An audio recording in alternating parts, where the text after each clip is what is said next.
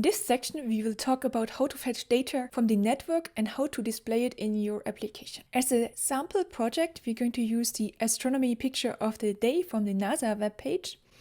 And I got this idea from one very good resource to learn how to program in Swift is the Swift Develop in Swift book series from Apple. You can search for these books in the books application. So the ones that are really interesting are the Swift programming language. The one that I really like, because I started learning Swift with this one, is this app development with Swift. These books use UIKit, but in case you're interested, it's really nice.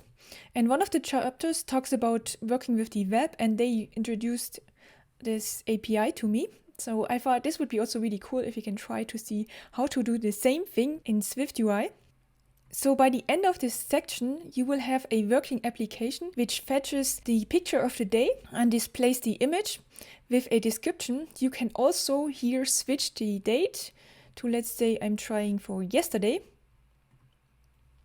And now you see the text is updating and I see the new image from 2 days ago. In order to work with the network, we will have to skill up quite a bit because networking is quite complicated. But luckily, Swift gives us some tools to do this, and also we will use Combine. So this is going to make it very nice. It's a bit difficult to get your head around in the beginning. What we will learn in this section is first we have to create a fetch request and then execute a fetch request, and where we will use Combine.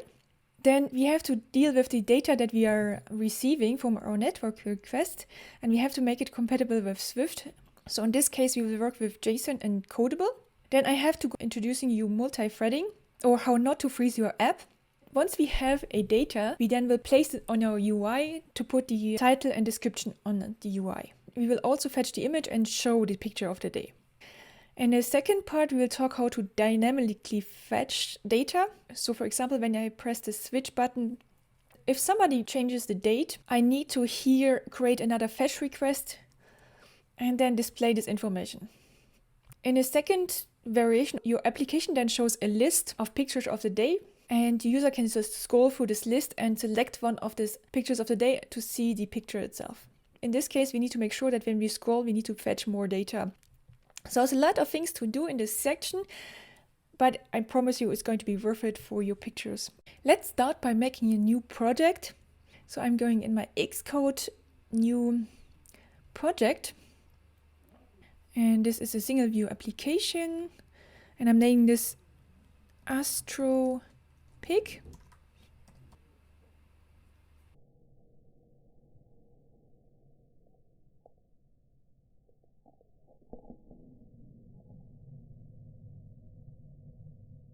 So first I will organize a little bit my application and create new folders here. I'm creating a folder with a name model. Then a second one with my views. And with my view models. This is simply because I want to keep in the MVVM, the model view model structure. So for my view model, I'm going to create here a new file, which is a Swift file, and this is a network manager. So I need to import here a couple of things. So again, I need Combine. So I'm creating a network manager, which is an observable object, so I can use it in my Swift UI views. And here in my custom initializer, I'm going to fetch my data. How do I fetch this data? So I'm just going to use this app developer with Swift book again. If you want to do a fetch request, you need to construct a URL. So part of the URL is the domain, but you also have a query. So what do you want to actually see in there? In order to construct this kind of URLs and queries, we have some tools available in Swift, which we will use. So this URL components. So now let's have a look how the query should look like for the API we are using. You can go on api.nasa.gov. And one thing you should get is a API key. If you don't want this, you can use demo key, but this will limit your requests to only 30 per hour. If you have your own key here, you get a lot more requests. You get 1000 requests per hour. So you can access more data for testing. So once you have your key, I'm just going to here use this demo key right now. we need to put this somewhere in our project, and the best place to handle this kind of constants is a extra file. So I'm creating here another file, which is a Swift file, and this is called constants. So I'm using here a struct constants, and I'm going to place here my key. So this is let key demo key or your long key, and I'm going to make this a static let. So in order to access this key, I can simply write constants.key. So this is a good shortcut. So once you have your key, you can then scroll down and see what kind of APIs they have available. So the one we care about is the astronomy picture of the day. So you see here an image example and the type of query parameters we need to use. If you use this call, you will get a picture of today. You can also include more query parameters like the day, so you don't need to use the current day, which is the default. You can select the day whatever you want to. So you can ask for today, or you can ask for previous pictures of the day until 1995, when they started this service. So this is an example query here, and I can just copy this and write this in a new tab. And you see here the return that I will get from this call. So you see here what kind of data we will be getting back. Let's try to use this simple query here for our request. So I'm going to copy this query, and we are going to use it in a way that we can deconstruct this here. So the base URL is the part until APOD, and then after the question marks comes the query. So I'm going to use the base URL also in my constants. So I'm making another static property, which is base URL, and I'm going to just use this part. Now we need to construct an URL together with these queries. And I'm going to use here a helper that is introduced in the Swift book. This is available in your assets for this section. So I'm just going to drop this in. So this is an extension to URL, which will add the query parameters that you defined to the URL you call this to, and will just add and construct your query. So let's have a look and use this. In order to construct now my URL from this, I'm going to use my base URL string. So this is my URL, and I'm constructing a URL from a string. And the string is in my constants.base URL. This is returning me an optional URL, and I'm force unwrapping this, so I'm saying it has to be there. If it's not, my app will crash, but since this is the most important part of your application, if you don't get the base URL, you will not be able to fetch anything. So I have now my URL, and I'm going to add now my query to this. So what you need here is a dictionary. It means that it's a key value pair. So if we have a look at the HTTP request, you see that here I need to use a API key. So this is API key, and the key is the one that I defined in my constants.key. So now this is my full URL. I'm going to print this so we see it on the console.absolute string. We will now use this URL for fetching the data.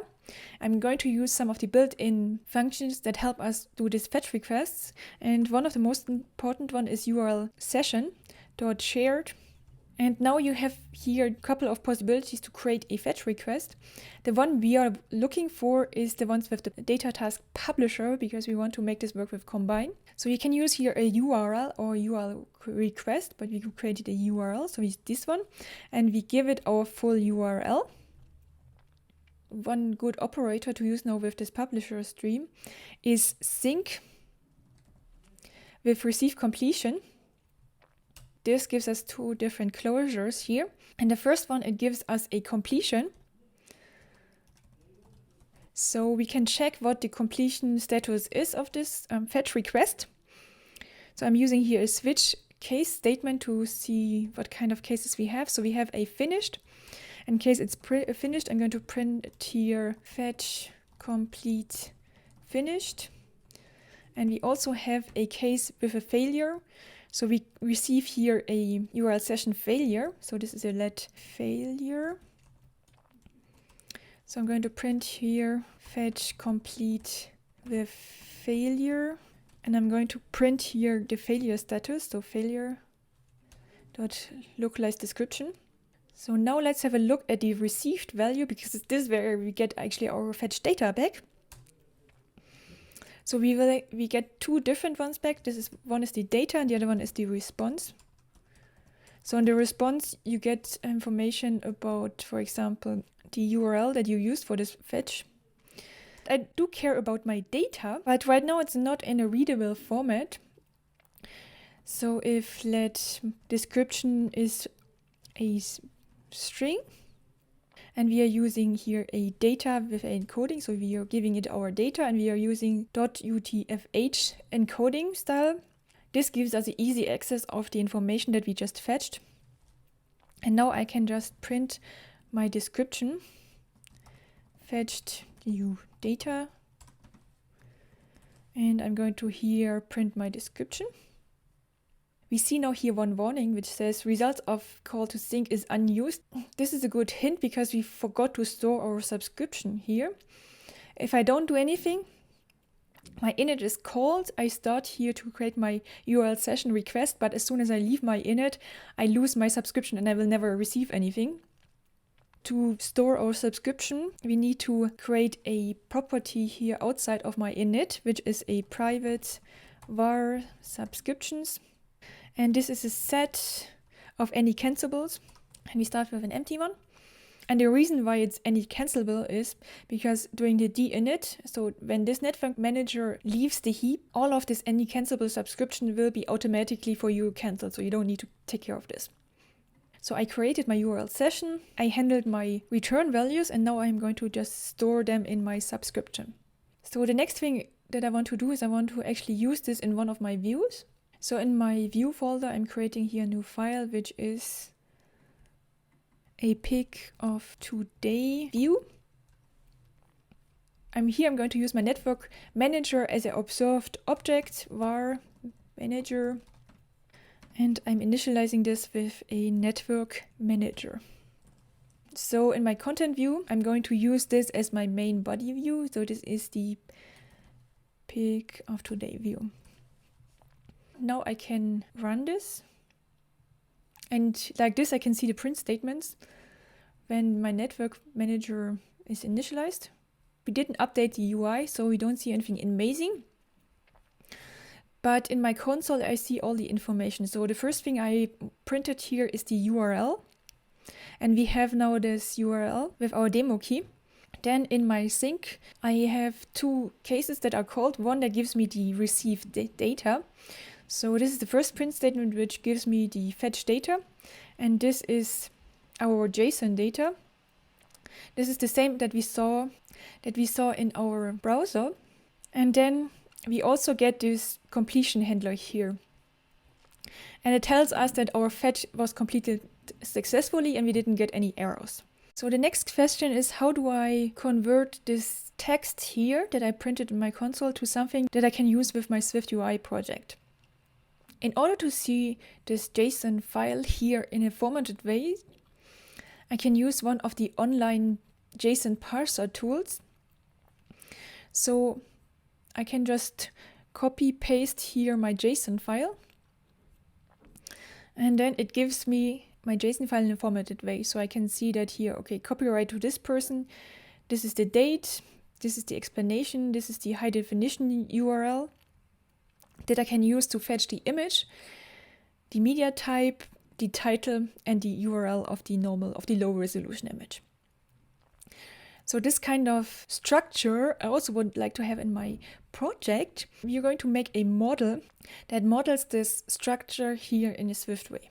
So I'm going to leave this open so we see it.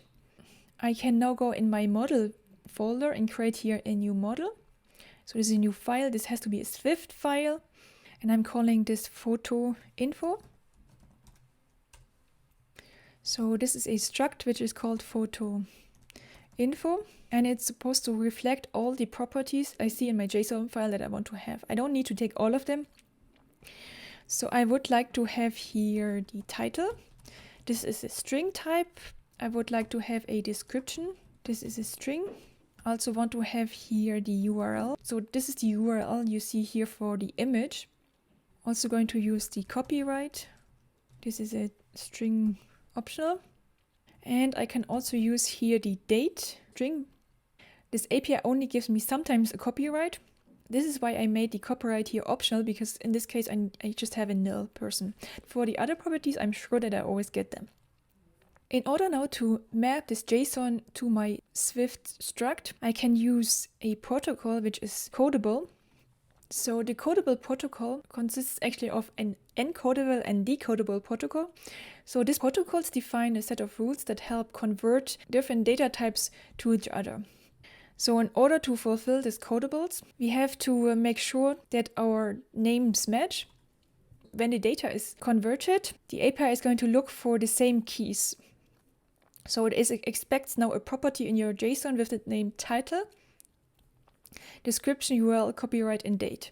And it also expects that only this one exists. But for one of them, I already have a different one, and this is this description. This is why I need to define different coding keys.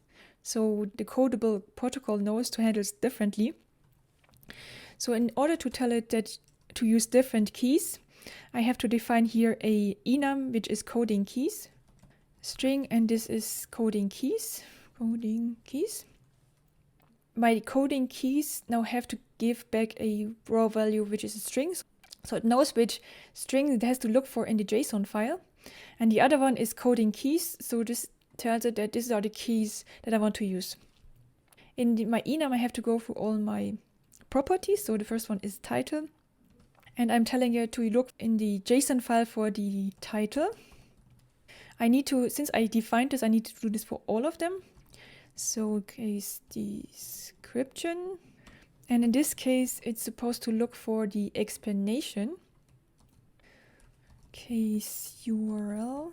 This is also URL. Case copyright.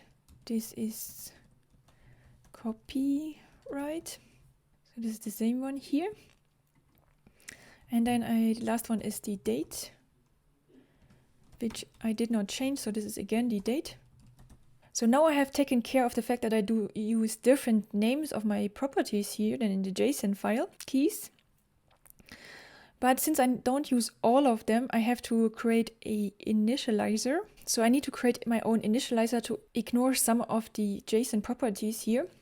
So this is an init from decoder. And this can throw.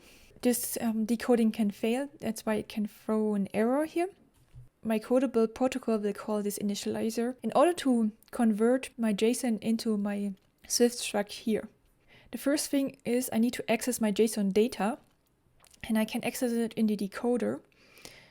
So this is my value container, and I can try to get this from my decoder.container key by, and here I'm using my coding keys that I defined up here.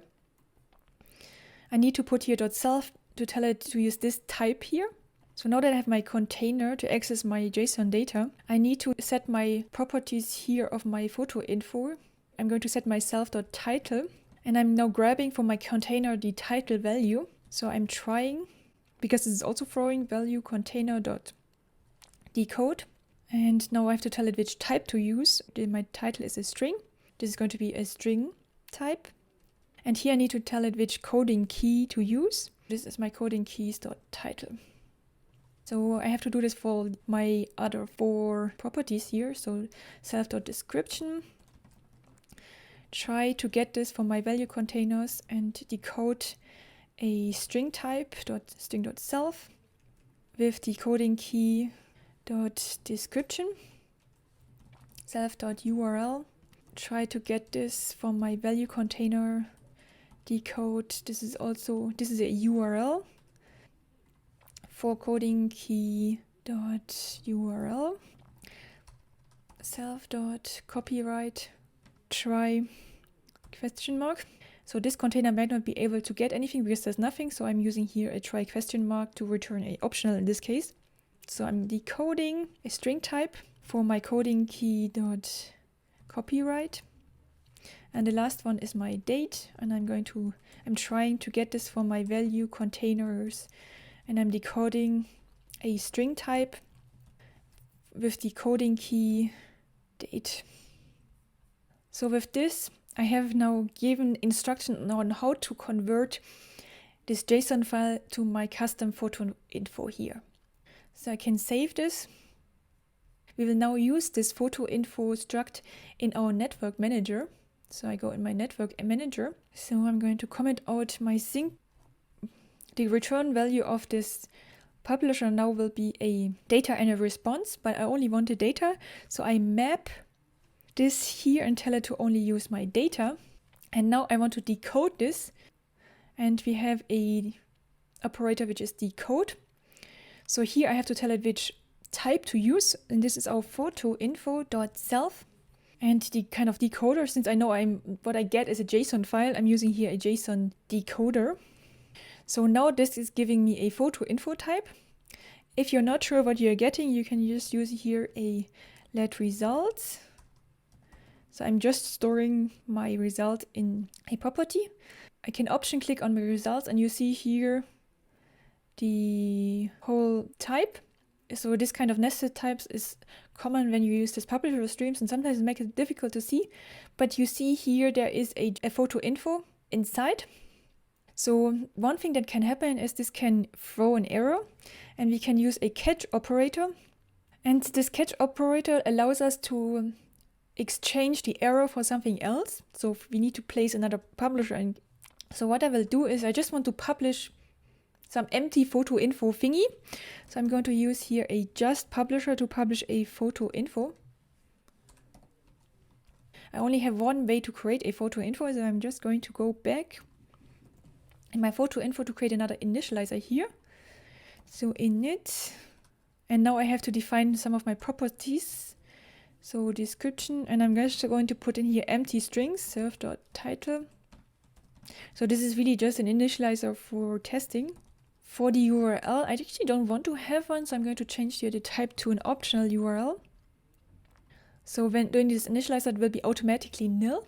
And then the last one is the date. I'm just going to also place here an empty string. I'm going to save this. So I can go back to my network manager, and now in case of an error, I can just create here a publisher. So just is a publisher that just publishes one thing and then just goes. So now I have here taken care of the case that I have an error. So I have my data, but I actually haven't put it somewhere where I can use in my view. I need to have a property in my network manager that holds the information of my photo info. So I'm creating here a property which is published var photo info, and this is a photo info. So I'm also here in the beginning going to create a dummy photo info. But once my fetch request is successful and I have a new photo info, I want to assign this new one to my property here. So I'm using the operator which is assign to. This is my photo info, and on root this is self. So now I have to make sure that I keep my subscription. So I delete here let result, and I'm going to here store this in my subscription. So now let's see how to place this in the UI, in my picture of today. Right now I just want to display here, instead of hello world, the title of my picture of the day. So I'm saying manager.photoinfo.title. If I have something, this will display, and otherwise this will be just an empty string. So we run this. And you see here we get an error. Also here this problem, and this tells me that I'm not allowed to publish changes from the background queue on the main queue. So I can fix this in my network manager. Just before I assign my newly fetched data to my property here, I'm going to say receive on run loop.main. So this is the main queue. So now my arrows go away, and I can see here my picture of the day title, which was Jupiter's swimming storm. So we have now successfully got the new information here. So I can further in my pick of today continue to build this view. So I'm just going to place the information here in texts. I'm using here a VStack. I'm displaying here my managers.photoinfo.date and my description. So my managers.photoinfo.description. We will not see anything here in our preview. So in the preview, I don't fetch anything. What it does, it's only using this photo info that I created here, which was my dummy one. And when I did this, I didn't put any information. So I can just run this again and we see the live data. So from my photo info, I displayed now the title, description, and the date. What I haven't done is use this image. I only have the URL of the image, so I still need to fetch it. We can have again a look at the API here. You see that my image is actually under this file here, and I can just click. You will see that I received now this image. So we have to make another fetch request to get the image after we have the photo info. I would like to now give a small excursion to Grand Central Dispatch. And I would like to explain why we used in our fetch request a receive on run loop main. So the use case is that you have a long-lasting task, like you're fetching some data from the network or you do some heavy lifting computational thing in your application. You want to do this task in the background to keep your app responsive so the user can still interact with your application and it still does something. If you wouldn't use Grand Central Dispatch and you do a long-lasting task, you would freeze your application. The user wouldn't be. So you, for example, go to a detail view, you load new information, and the user now sees, okay, this takes some time, I want to go back, but he cannot because you're just freezing everything. Everything has to wait until this data comes back, until this task is finished. What we can do to prevent the freezing of your application is to use Grand Central Dispatch. So basically what it does, it's distributing tasks on different threads. And each thread, or queue, as the term would be in Swift, each queue also has a list of tasks that it executes one after the other one. You have different queues available. So the main queue, this is the queue that your user interaction happens, where you lay out your views, where you show the user different information. That's the main queue. Then you have queues in the background that you can do long-lasting tasks like fetching information. You can also set the priority of this task. If you want to display information really fast, you put it on a higher priority thread, for example. When we use the URLSession here to get our data, we didn't define anything about which queue to use. However, URLSession will take care of this for us and automatically knows, okay, this is going to take a while, we put it on a background queue. So when the URLSession then came back and gave us some data, we directly wanted to assign this data to a property that we use in our UI. And since it's UI related, this happens on the main queue. We were taking data that was executed on the background queue and directly wanted to use it on the main queue. And so we weren't actually handling the situation of these different queues. In order to switch between queues, you can use this receive on run loop main to easily switch and go back to the main loop.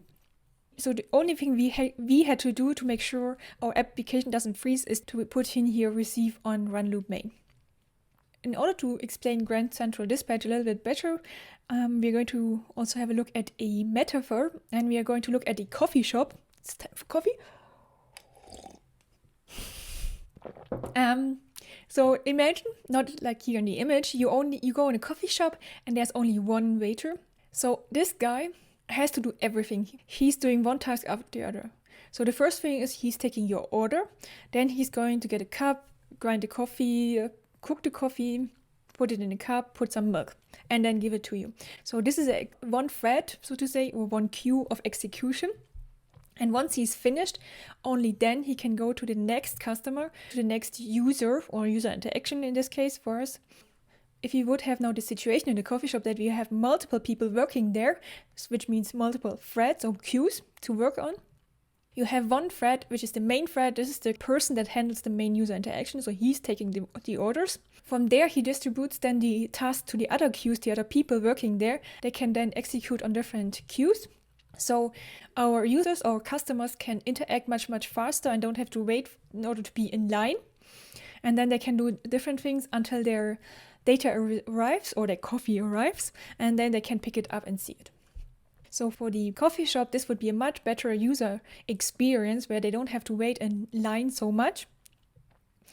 And this is the same for our mobile applications. We want to make it as responsive as possible. even if we do long-lasting tasks, the user doesn't need to wait for it. He can do different things in between. I hope now you have a better understanding of Grand Central Dispatch and what it does for you and your users, so that your application becomes responsive, interactive, and much more enjoyable for the user. If I want to use now the preview to see my pick of today's view, I don't see anything. This is because I'm displaying here the photo info of my network manager. And right now, because I'm not fetching anything, it only uses the photo info that I created.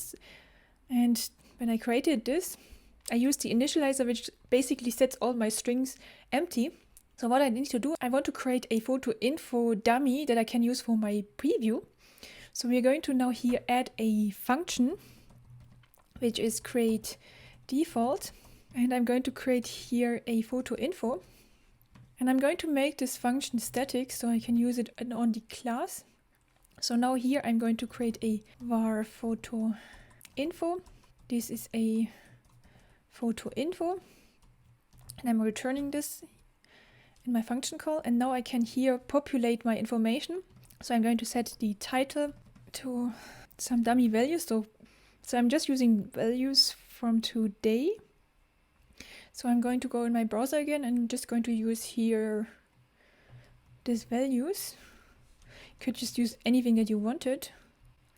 Then I need to have the description or explanation, as it's called here. So this is the photo info.description. And the last thing is I also want to add here a date in the format. So I'm just going to use the format of today. Now I can use this function in my pick of today view.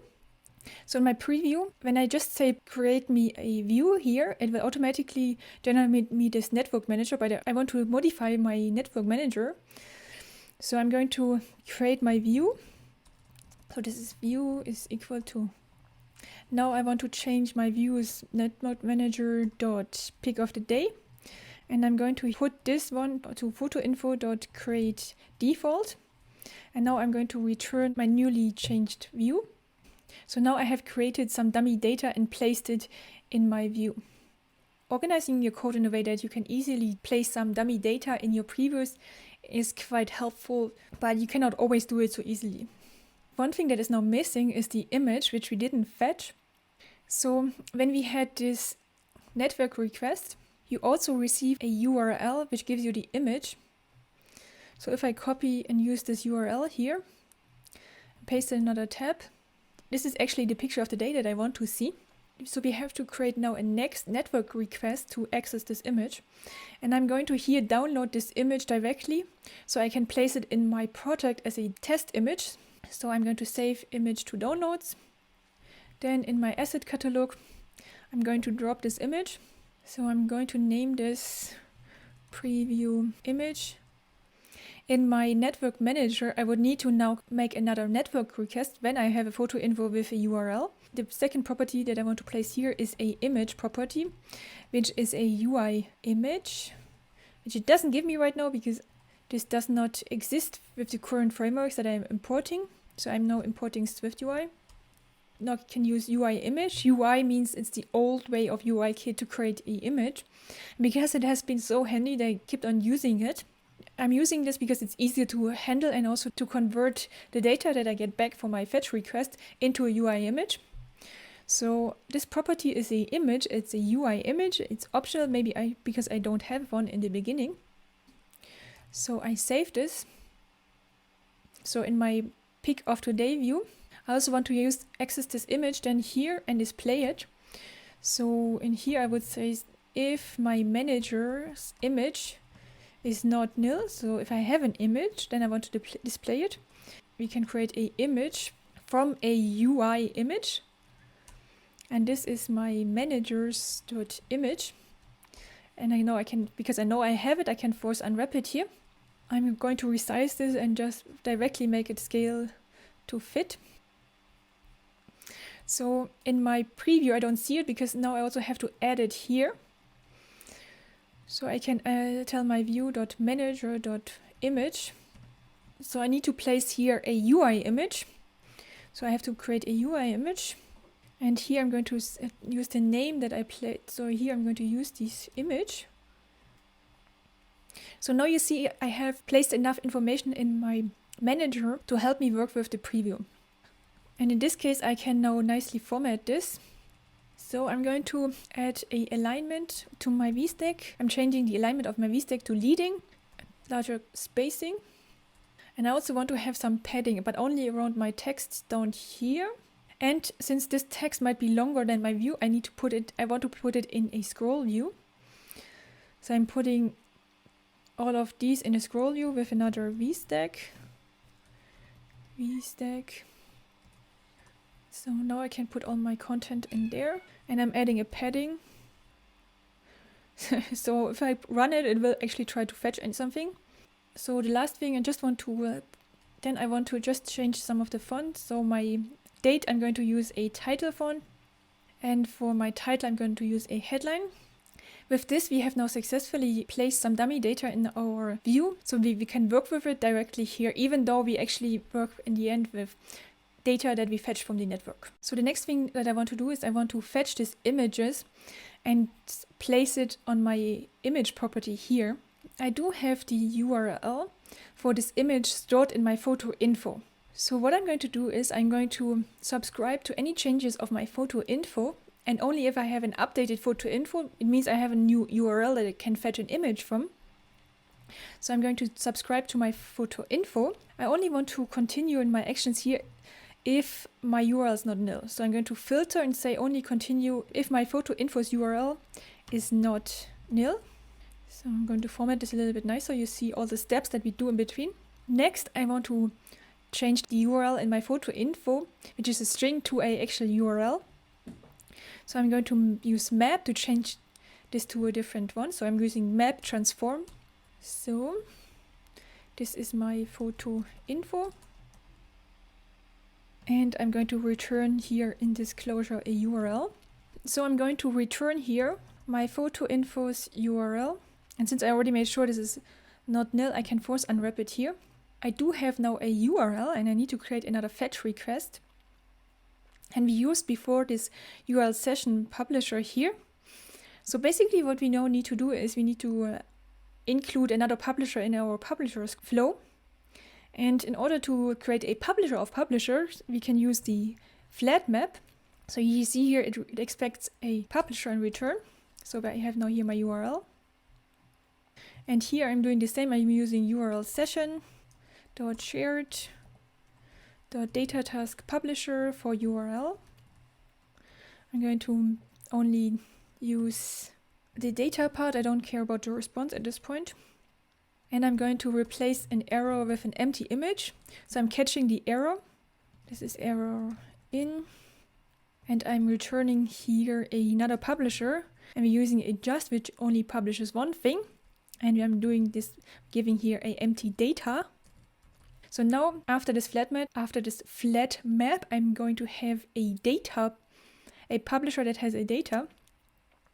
And I want to change this to a image. So I'm using another map transforming. So this is going to return a UI image. UI image has a nice initializer. UI image from a data.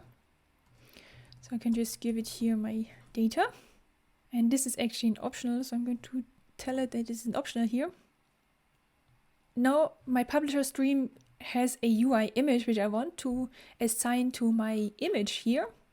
So I can use assign to dot image on self. And since this is again executed on the background queue, I have to make sure I switch to my main queue. So I'm going to tell it to receive this on my run loop.main. The last thing I need to do is I need to store the subscription in my subscriptions. I do understand it's not so easy to build this kind of publisher streams, but they're actually quite nice to read. So you can just read it in a very normal flow. Although we do a lot of asynchronous processing here. Okay, so maybe we just have a check if this is actually doing something or not. So I'm going to run this.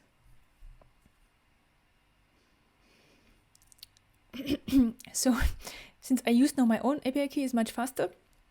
And you see that we actually fetch the image that we are supposed to. You're probably seeing a different image than I am. Congratulations, you're now able to fetch information from the network, transform it with Codable to something that we can use in Swift, and then display it on our UI. This includes JSON files and also how to fetch an image. The next thing that I would like to be able to do is allow the user to select a different date so they see a different astronomy picture of the day. So what I would like to have is here a small switch that brings up another view where I can select a date, and we are going to use a date picker for this. Once we have this date picker, I want to also have a button which says select, and then we're going to activate our fetch request and grab the information for the new date. So the first thing I need to do is I need to include here a date picker. And in order to hook this up directly in my network manager, I'm creating here another property, because the network manager needs to know the date we want to display the picture for. So this is the published var date. This is of type date. And I'm creating here a date, which is today. So we first make the UI to change this date. So let's go into the pick of today view. I want to create a button. So I want to place here a button on the top right corner. So up here, I'm creating a button, action call and the label. I'm going to use maybe an image and a text. So image is a system icon, which is calendar. And I'm going to put in a text explaining what it does. So switch date. I probably want to have it on the other corner, so I'm going to use here a frame to push it to this side. I'm using a flexible frame. So I'm using the max width of infinity. And I'm going to align it in this box on the trailing edge. I don't want to push it too far, so I'm using here a padding on the trailing side. So I have this button now, and I want to show here a popover. In order to show a popover, I need to have a state property that holds information if it's showing the popover or not. So I'm creating a state private var show switch date. This is a bool, and when we launch, we don't want to show it, so it's false. So now I'm going to add my popover to my button. So here I'm going to add a popover after my button definition. So I'm using the popover is presented, and I'm binding this to my show switch date. And for the content of this popover, I'm going to use another view just to don't blow up my view here too much. Just going to add here some text element. So I'm creating another file which is a SwiftUI view, and this is my select date view. In order to use a date picker, I need to create a state property which is a date type. So this is a add state private var date, which I'm going to set here to date, which is today. So this is going to create the date for today. So I'm using here a vstack. I'm going to say select a day. And now I need a date picker. I'm using the one with a selection, so I need to put in the date and then in a closed range because I want to limit the dates that are selectable. For my selection, I'm using my date. For my closed range, I want to make sure that the user can only select dates that are in the past. So this is date. So this is the range that goes only until today. For my display components, I want to use date. I don't care about hours and minutes, so I'm using date. And I'm going to here just put in some text, select. So let's see how this looks like. Maybe I don't want to show this label here, so I'm using a label is hidden modifier. I'm going to make this font.headline. The last thing I want to do is create a button that says done. And when the user presses on this, I'm going to actually dismiss this popover and fetch my data. So I'm creating here a button which says done. So the first thing I need to do is I need to dismiss this view. So I'm just using the environment property for presentation mode. Presentation mode. This is var presentation. So I'm going to self.presentationMode.wrapValue.dismiss. So the next thing is I need to handle my fetch request. Right now I only define this date in here, but my network manager who does the fetch request doesn't know about the updated date. So what I do is I need to here also use my network manager. And I'm going to use here the same network manager that I had previously. So I need to now update my preview for this new property here. When the user presses on done, I'm going to change my date property. When the user presses on done, I'm going to reach out to my manager's date, and I'm going to set this to the date that I modified in this view, so to my date. So now that I have my selected date view, I can go back to my pick of today and use this for my popover.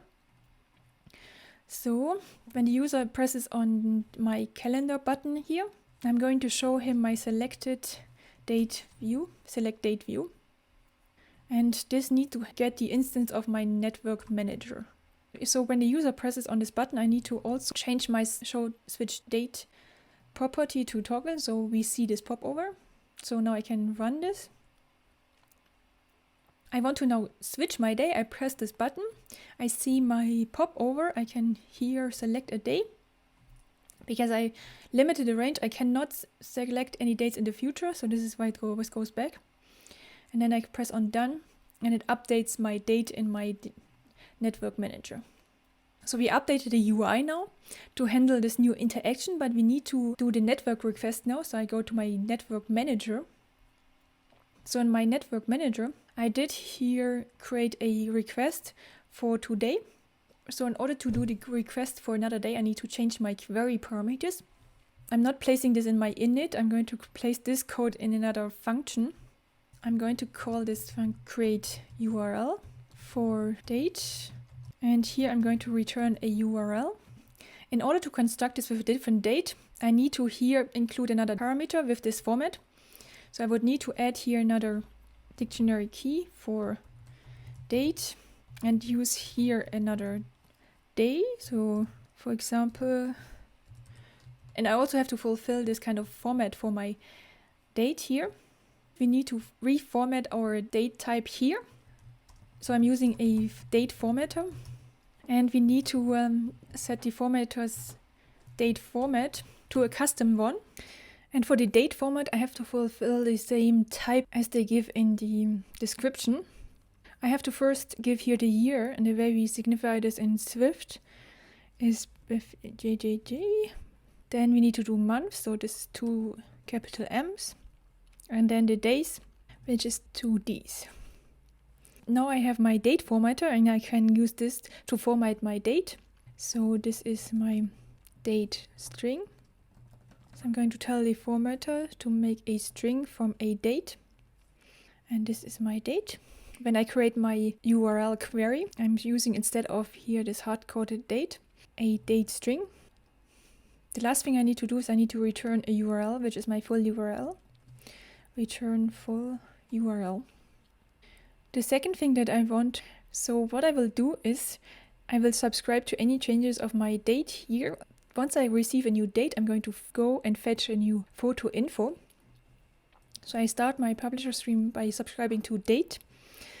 And since the user might not change the date, I'm going to here tell it that I don't want to do my network request if it doesn't change. So I'm going to say remove duplicates. And after that, I need to convert this in URL. So I'm going to use map, transform. So I'm going to use here self.createURL from my date. So now I have a URL, and I want to do a fetch request. And we did the same for our photo info here. So I'm using flatmap to create a publisher of a publisher. So this is flatmap URL. I'm again using URLSession .shared.datatask publisher for URL. From the returned values, I'm ignoring the response. I'm only using the data. And then I'm going to catch an error. So what I want to do is I want to place all my fetches that I did here inside of my flat map. So I'm going to use this part with the URLSession. Just need to make sure that I use here the URL. So the additional advantage of this flat map is if I receive here an error, then this publisher stream will be stopped, even if I handle it. But since I have here a publisher of publisher, the next one will be still existing. Once I have now my data, I'm going to assign it to my photo info on my self. And I need to store the subscription because I want to keep it on when the user switches to a different date. And I also should not forget to do this on the main thread. I basically replaced my one-time publisher stream here with this publisher stream that subscribes to any changes of my date property. And when it changes, I'm going to go and fetch new data for my photo info. So I'm going to take this part here out. Once I received a new photo info, my photo info will then be used to fetch also the corresponding image. So let's see if this is updating things. So this is again the picture of today. Now I'm going to switch date and I'm going to use yesterday. So you saw, probably should pay attention to any updates of my date. So I'm going to go for the backwards to the 8th of September. So you see here directly that my date here changes, but the image update takes a little bit longer. So I still see the old image and I still see also the old data. And what I want to do is that when my date changes, I want to directly reset it. I want to reset my info here. So the fetching of this description is a lot faster than fetching this image. And I will just show here a blank image as long as I'm fetching it. So what I'm going to do is I'm going to also subscribe to my date. And when my date changes, I'm going to set my image to nil. When my date changes, only when it changes, so I'm going to remove duplicates. I'm going to say sync. This is value. I don't really need the value. What I want to do is self.image and I'm going to set this to nil. And then I'm going to store this in my subscriptions. So I relaunch my application. And when I change my date, this image should immediately disappear. You saw this disappeared. Maybe I need another date when it takes longer.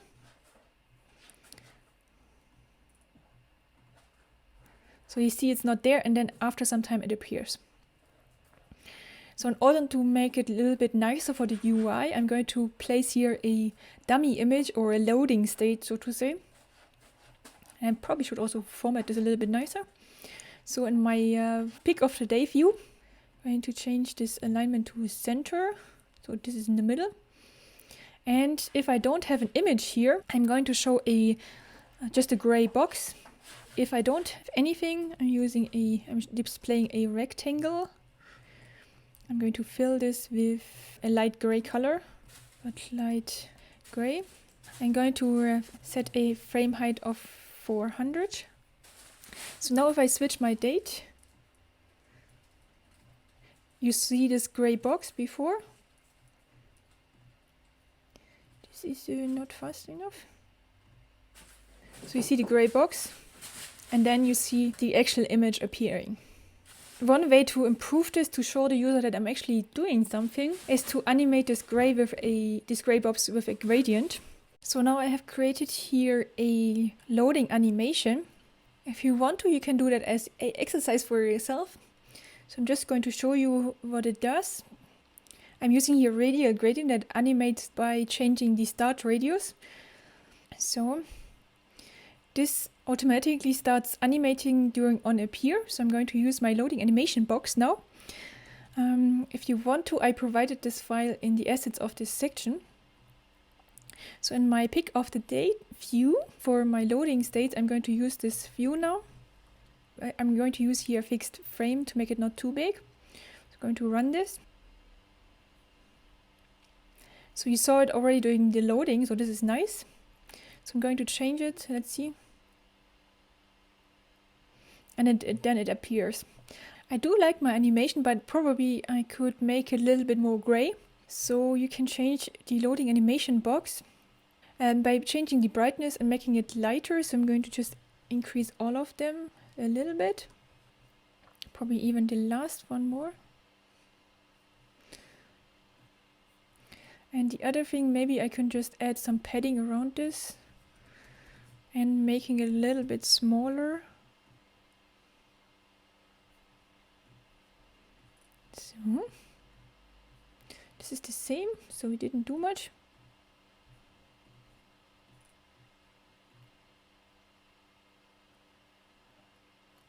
And I'm going to switch my start radius not so much. So I'm going to use only 10% of the width now. So it's only breathing a little bit.